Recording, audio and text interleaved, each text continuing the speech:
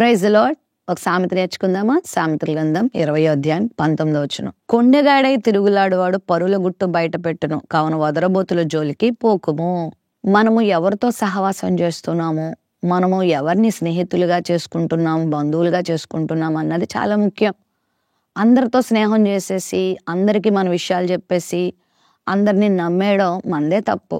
చాలామంది తమ గుట్టలన్నీ తీసుకొని ఎదుటి వారికి చెప్తారు. వాళ్ళు సమయం చూసి అవన్నీ కూడా అందరితో మాట్లాడుతూ ఉంటారు. కాబట్టి చాలా జాగ్రత్తగా మనం ఉండాలి. ఎవరితో ఏది మాట్లాడాలో, ఎవరి దగ్గర ఎలా ప్రవర్తించాలో నేర్చుకోవాలి.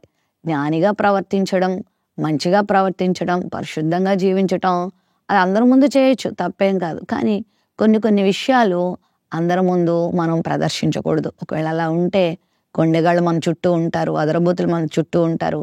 వాళ్ళు విషయాలని బయట పెడుతూ ఉంటారు. ఆ తర్వాత నువ్వు బాధపడే ప్రయోజనం లేదు. ఒకవేళ అలాంటి వాళ్ళు నీ చుట్టూ ఉన్నా, ఒకవేళ ఎవరైనా ఈ సంగతులు బయట పెడుతున్నా, ఇప్పటికైనా జాగ్రత్త పడు, జ్ఞానం తెచ్చుకో. అలాంటి వారి సహవాసానికి వెళ్ళొద్దు. ఒకవేళ నువ్వు అలాంటి కొండిగాడిగా ఉన్నావా, వదరబోతుగా ఉన్నావా, పరుల విషయాలు బయట పెడుతున్నావా, ఇకనైనా అలాంటి జీవితాన్ని మానుకొని మంచి జీవితాన్ని జీవించి దేవుని దీవెనలు పొందుకో.